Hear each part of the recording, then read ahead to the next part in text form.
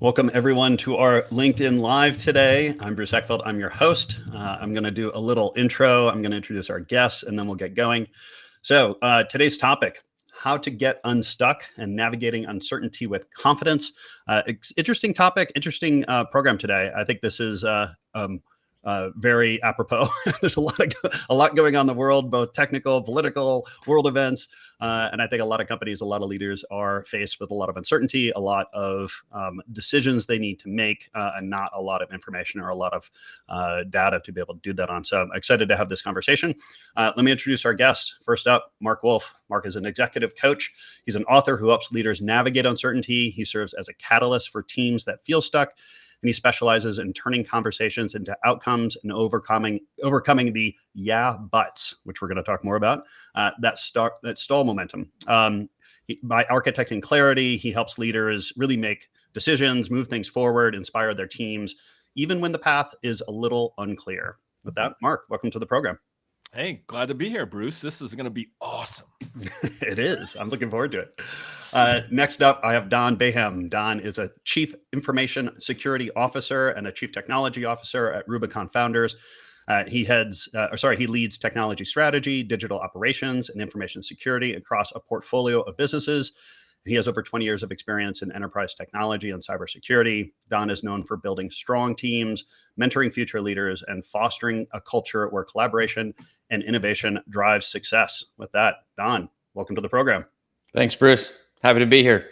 And I echo Mark's sentiment. This is going to be awesome. Yeah, it already is. It already is, Don. It is. It kicks off that way. That's right. So I think we can go to a lot of ways with this conversation. I think I want to start with just really kind of a definition of uncertainty, or when we're talking about uncertainty, what are we really talking about? Because I think there's nuances to this. And I'd love to kind of get your takes of how you kind of further refine uncertainty or what you mean when teams or leaders are dealing with uncertainty, just so we can kind of frame things a little bit for the audience. Mark, why don't you kick us off with that? What do you see in there? Here's the irony to all of this. Some leaders that are dealing with uncertainty actually don't treat it like uncertainty. They're so certain that their opinions are facts, that they're like, we're going to do this and it's going to be done. The problem is that if your team doesn't understand what you're trying to get across, they're actually uncertain about what you're communicating, what you're trying to do, or even why you're trying to do it. Yeah. So uncertainty has a lot of different layers to it. Sometimes it's geopolitical, sometimes it's just strategy, but how well are you communicating what you're really trying to do so people actually understand where you're going? Yeah. Don, give us your kind of insight on this. I think for me, it's pretty simple. I think about it a little more tangibly. Let's talk about, folks that report to me on my team. And am I communicating clearly to my team members? Can they articulate back to me what I'm trying to communicate? And so I will spend time with my teams like, hey, this is where we're going, or this is the project, or this is the initiative, or this is kind of the outcome we're looking for. Can you help repeat that back to me? Let's make sure we're on the same page. And a lot of times it's on me. I didn't do a good job communicating. And so there's uncertainty on the team. They think, I think I communicated clearly. They think they heard something and repeat it back and no, we're not on the same page. So yeah. There's always that delta in communication. Right. Yeah, I think the thing that the nuance I always love to kind of bring up around this kind of uncertainty topic is the difference between kind of probability and uncertainty. And I think there's lots of cases where we have probability, like there's a certain amount of randomness, right? And we can't know we can't have 100% probability on something. But we can know probability in very specific terms. So we can be highly certain that something is 80% probable.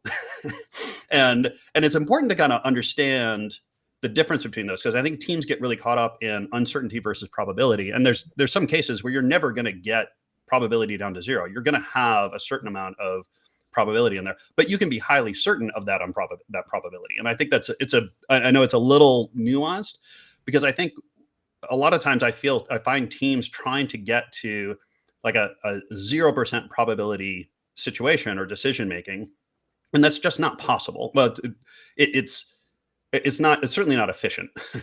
I try to get teams to talk about, well, what level of probability do you want to get to on here before you can move forward? And sometimes that's 60%, sometimes it's 80%, sometimes we need to get to 90%, depending on the nature of the decision.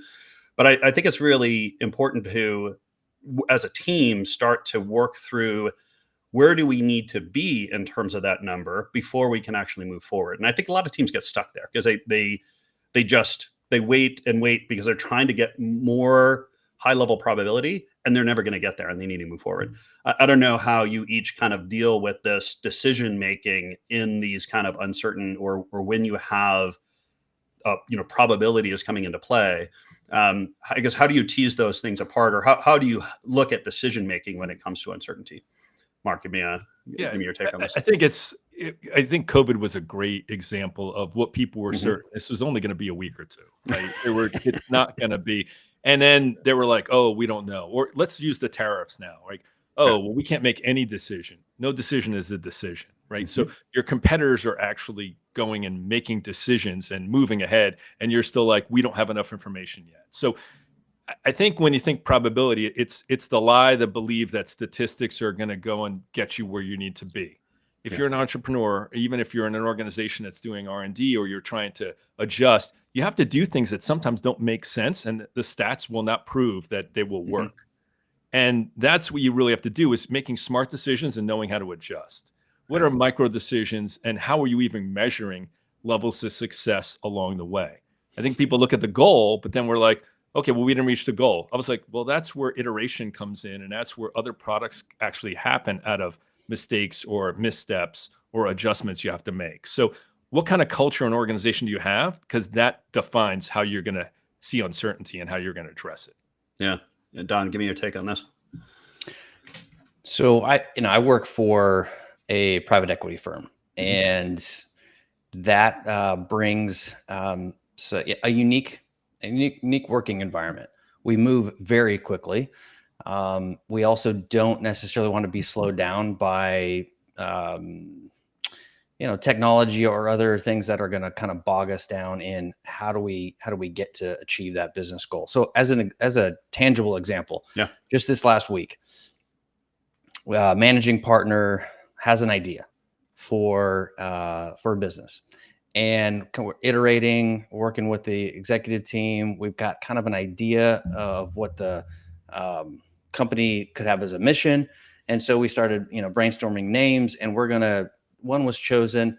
Hey, let's get this up and running on the technology stack. I'm like, well, okay, how confident are we? Because there's some things, if we set this ball in motion, like we're not gonna be able to change something. It's going to take a lot of rework. We're pretty sure this is going to be it. I'm like, okay, team, let's go. Right. A couple days later, like, not kidding you. A couple days later, different name, same business line, but we're going to change some things up. Okay. Got it. All right, fine. Let's step back a few minutes, a few steps, and let's start recreating. And that was fine. That's how we operate, and that's okay.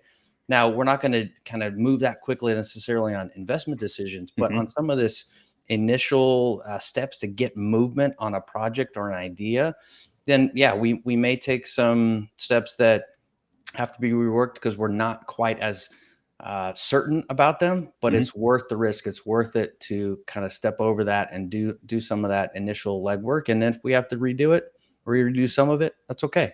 That's kind of the way we operate, and that's the decision process that we've kind of held to, moving forward here.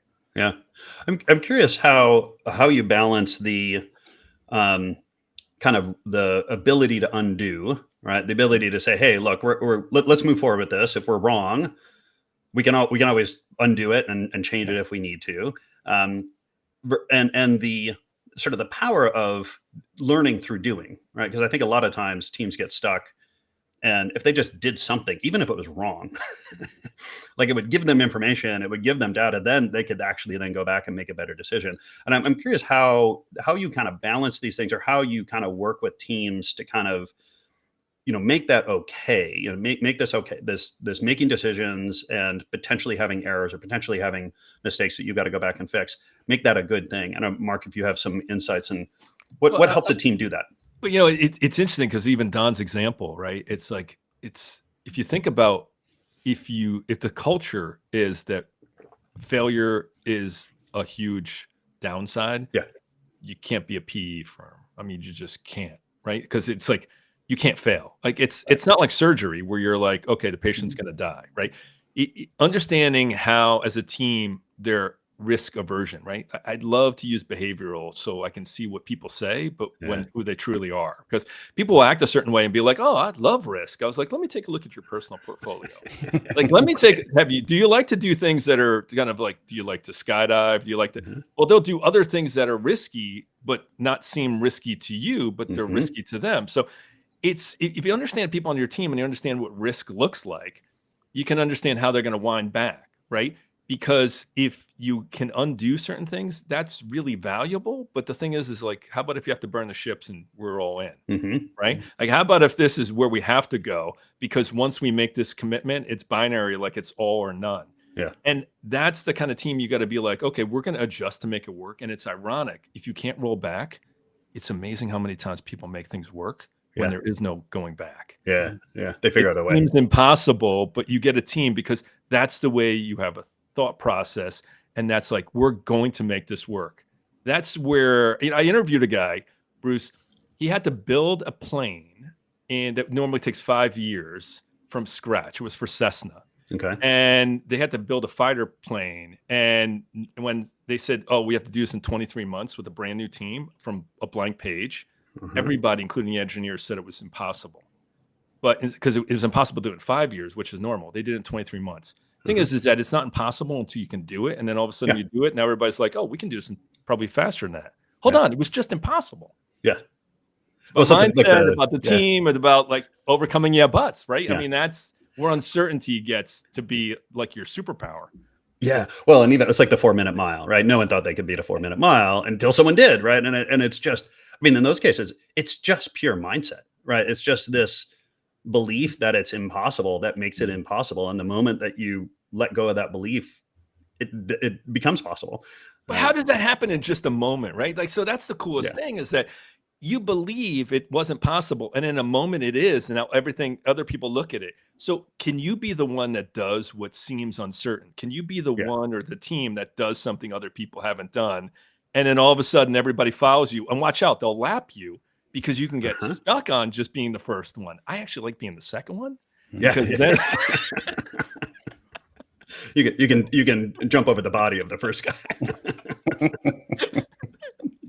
Don, I'm curious, just coming out of the technology side and and security and things like that. Like I'm assuming there's a little more nuance in terms of how you really kind of approach risk and risk assessment, and then kind of making some of these decisions. And how do you kind of assess situations, and when it comes to where can we push things, where can we take risks, where can we move things forward quickly, even if we might fail, versus times where, hey, look, we can't, like the consequence of failure is too great, or there's too much impact, or we can't reverse this thing. Like what are some heuristics that you use to make these decisions? You asking that question, I think back to I was working, this is probably about 15 years ago now, and just brought to mind this example, kind of this evolution of what is the next technology thing. We've got AI coming right now, right? And it's so kind of that's on everybody's mind. But prior to that, it was cloud computing, right? And so 15 or so years ago, I remember I was working at a company, and we decided that it was time to build a cloud computing platform specifically for banks. And at that time, banks were not in the cloud. That was a big no. Regulators, like, what are you doing? Like, cloud, bad. On-prem, good. Like, do everything in your data center or your closet or your office building. And so it felt almost like an impossible scenario. And we had a very good managed service business and a managed security business. And we were going to attempt to kind of cannibalize some of that. And at the same time, convince an industry that this was the right thing to do. And it was an all-in bet. I mean, this was the bet on the company that eventually led it to be acquired, and which was a very good thing for the owners of the company. But it was an all-in bet. And so my team, I was running a group of essentially, what we now call virtual CIOs or virtual CISOs, but that term wasn't around back then. But it was going to our best clients and convincing them, yes, this is this is where you want to be. This is where the industry is going, and we're the ones to bring you there. And yet it still took a lot of convincing to our best clients to take that step, that risk with us, which they did eventually. And it gained steam and momentum. And like, that was the ultimate business that was sold. So I think looking back on that situation, there were a lot of things that had to fall into place, but there were also the team belief. Like, we had to buy in internally in order to convince, the folks that we were leading, and convince our clients that this was the right step. And without that buy-in, it would have fizzled out. And so we had to do a lot of work internally to make sure everybody thought that this was the right thing to do. Ask the hard questions, dig into kind of the process of what it will be like for a client, and let's go and see what we can do with this product. And we did. I'm curious, like, I find cases like that, there are some things which you kind of know are going to happen. Like, it was, my guess is it was reasonably obvious that things were going to move to cloud at some point, right? There was enough, telltales going on. Now, the question of timing, like how long was it going to take, was probably uncertain, and probably like platforms and a whole bunch of technical things, like, were probably pretty up in the air. I do find in cases like that, first movers can often sort of influence the future, right? Like, if you get out there and just push it and become the platform and become the standard, you can actually kind of guide the future into the way that you want it to be. So while it's uncertain, it doesn't mean you don't have any control. Right. Like, you can start influencing things. And if you get the right people on board, get the right momentum behind it, and it's kind of the VHS versus beta thing, right? Like, technically beta was much better, but VHS, like, they had the right moves and they became the platform, even as an inferior technology, because they made the moves, right? They made the future happen. And I'm curious how you can kind of assess that in situations and figure out, okay, yes, this is a timing issue. This is something we could actually make happen if we want, versus this is something we need to see how it's going to play out. I don't know, Mark, if you have thoughts on how you've seen teams actually kind of make the future happen by actually moving and taking action on those things. The best companies I've ever worked with are ones where they want iteration and they want you to fail forward, right? So they tell their teams, they're like, come up with something. It's kind of like what Google did, but these are at, middle market companies. And they're like, we listen to your ideas. And that's usually where they bring somebody like me in, because there's a bias when you're a leader that if it doesn't make money and it doesn't happen fast enough, and if it's not fully baked, they're not going to do it. Like, even people can come to Don or somebody and be like, hey, we got this idea. And he's like, okay, put this on a list, right? I mean, even as a leader who's open-minded, you're like, you realize the initiatives.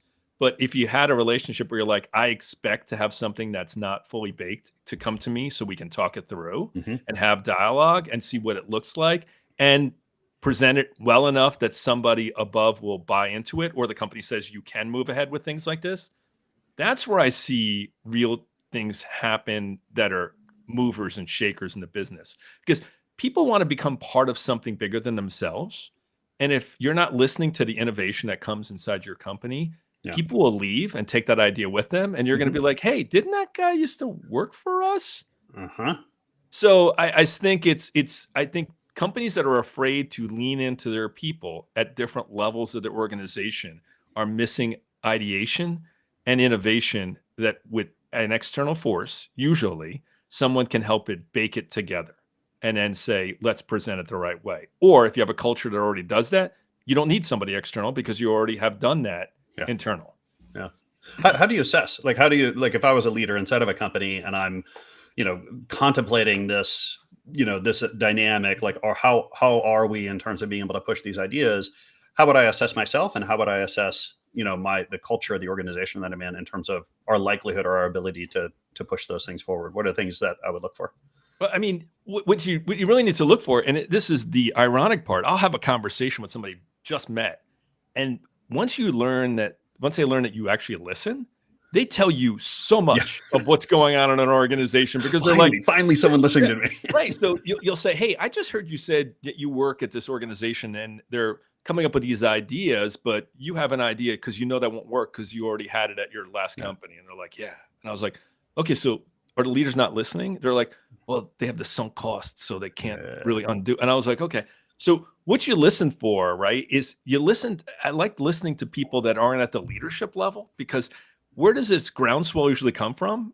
From below, right? Yeah. So it comes from the people that are actually experiencing and doing this. So what I like to listen for, and what I think leaders need to listen for, is like, how many times outside their one-on-ones, right, where you're actually asking questions and be like, I won't yell at you. I'm the kind of boss that wants to hear this. I want to hear your craziest idea that you think will work, and tell me why. And I will make sure you get credit for this idea. I will not rob it from you and make it seem like me. I will be an advocate for you. If you actually said that out loud to somebody and promised to do that, then that is where people can't wait to step up with ideas. And we're not talking crazy comment box ideas where everything's an idea, but to think it through and be like, here, I'm Sherpa-ing this idea all the way across. I think leaders that listen for that, that's, as a leader, how many times are you listening for something that sounds crazy and sounds like a waste of time, but later you find out that it was actually in your organization and left, or it was an idea that you came up with 4 years later, but you could have come up with 4 years earlier. Yeah. If it was already there. Yeah. Yeah. Don, how do you, when you're working with your people and your colleagues, how are you sort of assessing or navigating this kind of risk profile? And like, do I need to push this thing to kind of make more things happen? Do I need to kind of put more containers around this? Like, how do you balance some of this profile as you work with folks? I would say, one, I've had to kind of develop this over time, and as I've matured in my leadership. And one of the things I talk with my team about is just the idea that kind of minimal viable product, right? Let's come up with some ideas. Technology folks, security folks aren't always great at, okay, we want to just do this thing and it's version 1.0. They like, oh, well, we could do this and this and this and this and this. And I'm like, yes, but then we'll never get it out the door. So how about let's look at the 5 things we're going to do here. And this is version 1. And let's just see if it works. Let's see if it provides the value we think it's going to.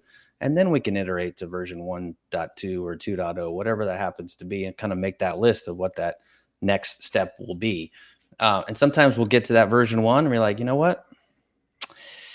This isn't, we're going to scrap this. We don't like it. It doesn't do what we thought it would do. It's not useful. It's not providing value, whatever it happens to be. And sometimes you get to that version 1 and you're like, great, I cannot wait to start working on the next iteration, because out of the gate, it's already providing the value that we expected or over exceeded the value that we expected. So, but that's not necessarily an easy thing to learn. And it's taken me some time to do it, given how my brain is wired. And so typically the folks on my team, again, it's not something that comes naturally. So I have to continue to remind them, let's just get something done, version 1, and let's see how that goes first.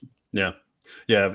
Coming out of lean, agile software for probably over 15 years, one of the concepts I liked was tracer bullets, right? It's like send things down range and just see what happens, right? And what I find is when we're in these situations where there is some big uncertainties and hair on the project, and we're trying to figure out, okay, do we really want to do this? Should we do it? There's a lot of potential benefit, but there's a lot of uncertainty in there.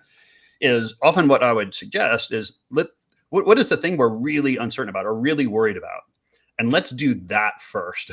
Because if we can start chipping away at these things that are critical to our success, but have a lot of uncertainty around them, and we can reduce that uncertainty, hopefully in the positive way. We can say, oh, okay, actually, we can do this. Like, we are able to integrate these 2 things, or we can, transform this data in this way, or we can set this up as a real-time, service or something like that.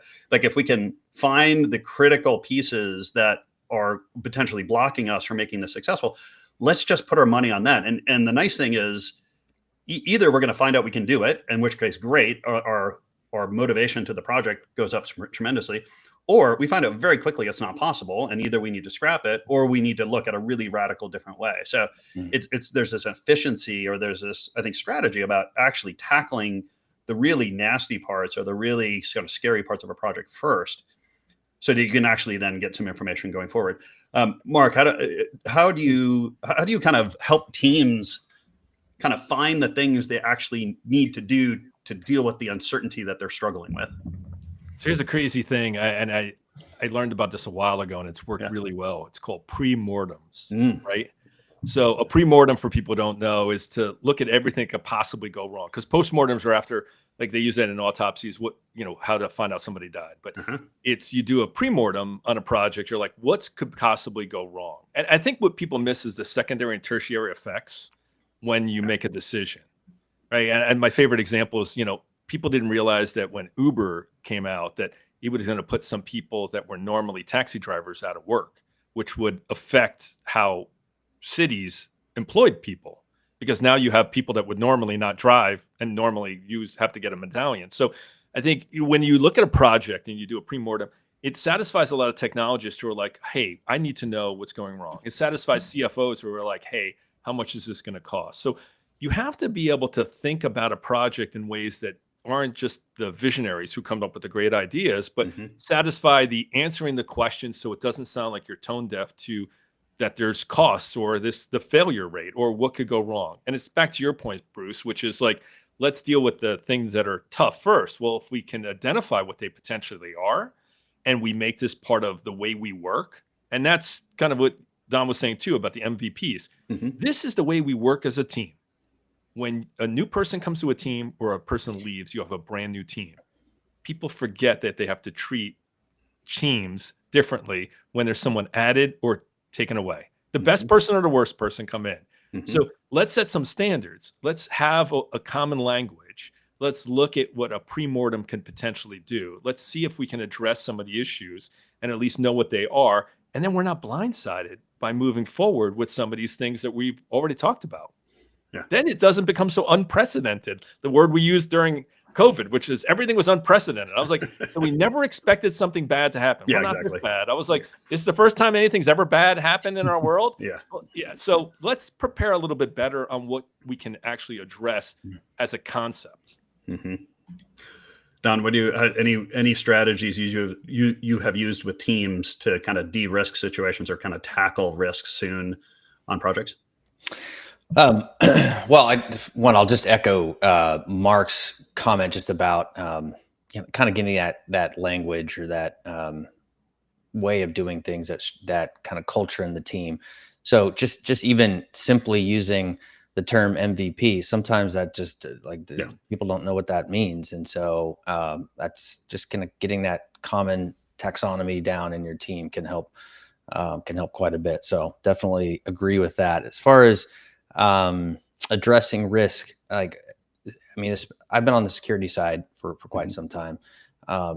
Risk, most security folks are risk adverse just by nature. And I am too. And yet I have been in situations like I am now running, at a PE firm. It's, we have a higher risk tolerance than other industries by nature. I've run a business, and in that case, definitely had to adjust my risk tolerance for what I was willing to do when I needed to take some calculated risk to grow the business.